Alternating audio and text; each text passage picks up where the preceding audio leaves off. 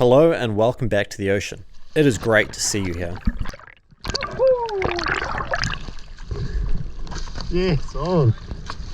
It looks so good. I'm just gonna pole spear.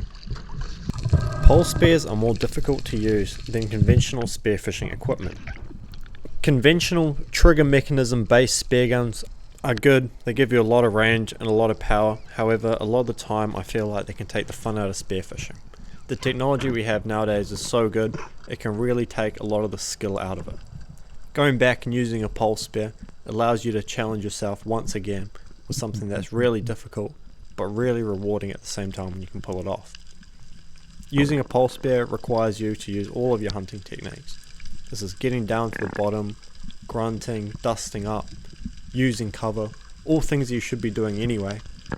But due to modern spear guns, the efficiency and the power, some of these aspects are often overlooked.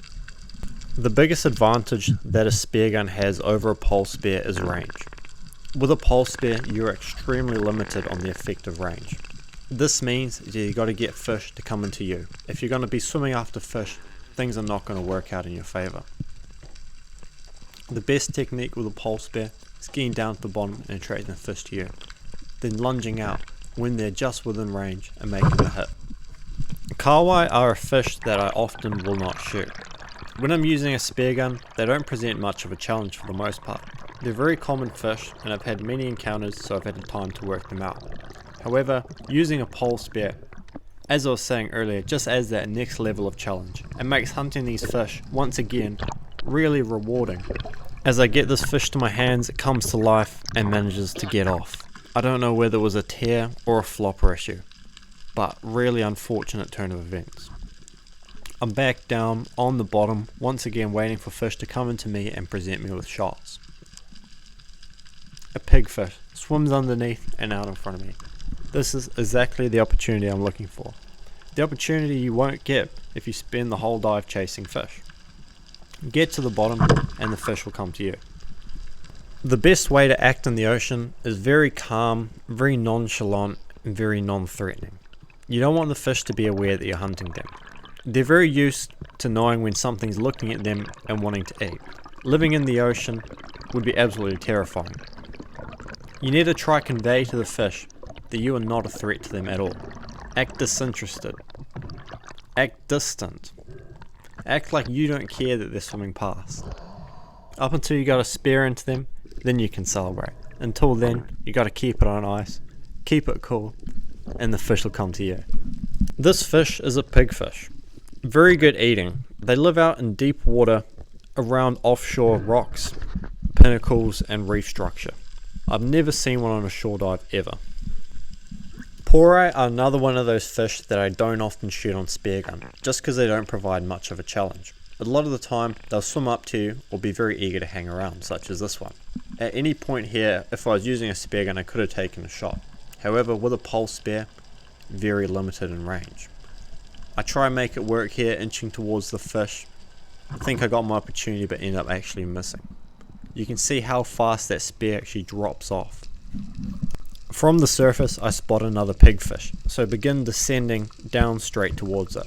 This isn't the optimal strategy, however, if you're going to do it, make sure you remain completely in line with the fish, really streamlined. You want to minimize the profile that you have up against the water's surface. Ideally, you want to predict where the fish is going to go so you can be aligned right above it.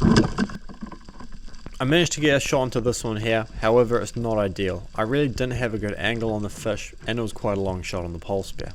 Ended up hitting it in the side and through the wings. Still a holding shot, but really not optimal. And if you want to spearfish effectively, you just want to be taking those 100% shots. Red is the first colour to fade at depth, so you only see the beautiful coloration on these pigfish when you actually bring them up to the surface. All the more reason to. However, the way they taste is reason in and of itself. As always, we're instantly dispatching this fish to cause minimal pain and suffering to it. As much as we like eating fish, we also like fish in general. Like, we're not out there trying to hurt fish, we're just trying to get a feed at the end of the day. And the least pain and suffering we can cause to the fish out there, the better. So you never really hear much about pigfish. but they're honestly straight up one of the best tasting fish out there. A really clean white flesh with a big grain on it. This next clip I was a bit unsure about showing. To be honest, it was quite shameful on my part. I made some bad decisions here and I really wasn't proud of this dive. From the surface I spot a foxfish. Got 2 pigfish here, both wrasses. Foxfish is a wrasse as well. Figured I'd get the wrasse triple up on the pole spear. However, I take a really bad shot here and miss. I'm sort of rushing it, I'm not taking it seriously. The fish is just hanging about here, pretty unfazed. The way I'm acting at the moment is just greedy and selfish, honestly. I was just trying to feed my ego at this point, end up taking another terrible shot and missing. However, that's not as bad as it gets. I reload again, take one more shot, hit the fish badly and rip out, injuring the fish. Really not proud of that. After putting in some mahi on the weed line and getting a couple fish, we decide to head out and do some drift dives, going to areas of high current and letting it push us along. Eventually I find this really fishy looking spot by a rock and decide to take a drop right down to the bottom. We ended up jumping in at quite a few spots, as you can see up here on the screen. However, most of them were just really dead. It wasn't until we found this one area that seemed to just be pumping that we're actually running into any fish. Drift diving is great. Using the current to push you along, you can cover a lot of territory, and in such clean water it makes scouting out very easy. You get a good feel for what the terrain's like right off the bat. Now we're back down here at the bottom of the ocean waiting for something to come in. I've switched to a speargun, but I still use the same hunting concepts. I'm still getting down to the bottom, trying to act non-threatening and getting the fish to come into me as opposed to swimming to them. I'm surrounded by blue mau here, and this kahawai comes, takes a pass, and I take my shot, hitting it really well. This was a deep dive, and when you're doing a deep dive, be aware of the shots you're putting into fish. You don't want to hit a kingfish in the guts or the tail when you're down like however many meters. It's going to be a terrible situation. If you're going to do a deep dive and you're not using a float line especially, make sure the shots you're putting on fish are those 100% shots. If you want to hunt fish deep, go to depths that you can actually hunt. There's no point getting down as far as you can and then having to bolt to the surface. Get to a depth that you're comfortable with, where you can really get down to the bottom and work with the fish there. That said, you really don't want to be putting yourself in any situations that you're uncomfortable with, especially depth wise, because things can get really nasty really quick when things go wrong that far down.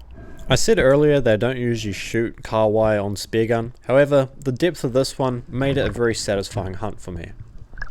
Variety is the spice of life, and I love changing spearfishing spots. I love seeing new parts of the coast and encountering new fish. My general philosophy towards spearfishing is the more distance I can cover, the more fish I'm going to run across. This leads to some pretty insane shore dive missions, as well as just a lot of swimming flat out. Being with a group of people that are happy to change up the spots really made the day quite enjoyable for me, as it's the way that I like to dive. Yo, main was here. I haven't made much mention of it, but underwater conditions were just fucking amazing, man. Like, so good. The visibility was just spectacular. A really great contrast to some of the shore dives I've been doing at the moment. On the coast, it's been very green, very dirty, so to get out to the Aldermans was just a treat, honestly. Always spectacular diving. I'm always blown away by the amount of life here. One of the most important things to pay attention to is what the current's doing. It allows you to formulate effective plans on how you're going to approach structure. Here I came from down current, and on the up current side of this rock, right on cue, is a blue moki.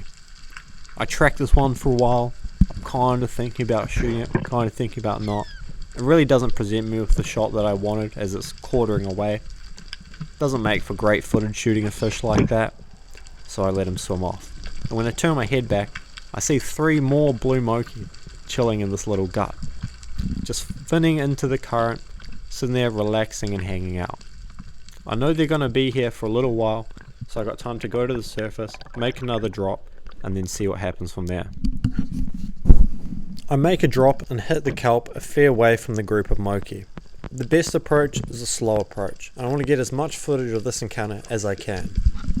I've never seen moki sitting into current in such a way like this. It was just spectacular to see, honestly. In such clear water with so many other fish about, it was truly a breathtaking experience. I start making my way closer to the mokis, ever so slightly. You can see this one had already come a bit closer to check me out. This is common for fish. Fish are curious. If you make yourself non-threatening, the fish are going to want to check you out. Here, things start getting a little more close quarters. I approach the moki and have this big school of little koheru come on my back. I take a look to see what's happening, and this one is headed straight for me. I know this is my opportunity. Perfect shot. I take it and just smoke the fish, honestly. Moments like this are just great, especially when you have a GoPro. When something like this is happening, I know I'm going to have a blast going through the footage later, and I absolutely did. When I pulled this up on my computer and had a look, it turned out exactly the way I wanted it to. It's one of the best shots I've taken, I feel. Crystal clear water, nice stone shot on a blue moki, really happy with that one. After this, I start on the short swim back to the boat before fully reloading my gun. I had it rigged up except for the rubbers. I wasn't anticipating anything to come through in such a short distance. However, to my amazement, a beautiful school of kingfish presents itself. Swimming underneath me, they eventually move off as they become less curious. I take the moment here to load my gun as quickly and subtly as I can before making a dive to the bottom. When there's a school of kingfish, I find the most effective approach is just bomb it straight to the bottom and get them to come into you again. They're going to come a lot closer to you when you're down in the kelp, in the weeds, where they have a harder time seeing you and working out what you are, than when you're sitting there on the surface like a duck and they can just see you in very stark contrast to the water's surface. Trying to remain calm, it can be really hard when you see kingfish like this. However, I'm trying to remain cool, composed, get down to the bottom and try bring these kingfish into me. Here they're swimming straight for me. Exactly as I predicted, exactly as I wanted. At this point I start slowly extending my gun towards the nearest fish. I take a shot and unfortunately miss. I'm not sure exactly what happened, as having the moki in front of my gun made visibility very difficult. However, I still had confidence in the shot. This time I was wrong, however. It's better to not take a shot than take one you're 50-50 on. As confident as I was, I shouldn't have taken the shot. Down on this weed line, I spot a squid. I'm trying to dive bomb it, doesn't really work out, it starts making its way off. I take a really long shot, only just managed to chip it. I was almost more gutted at missing the squid than the kingfish. I've shot many times more kingfish than I have squid, to be honest, and I really don't see them that often. As well as that, they're one of the tastiest things in the ocean. I would have been over the moon to have actually hit the long shot on that one.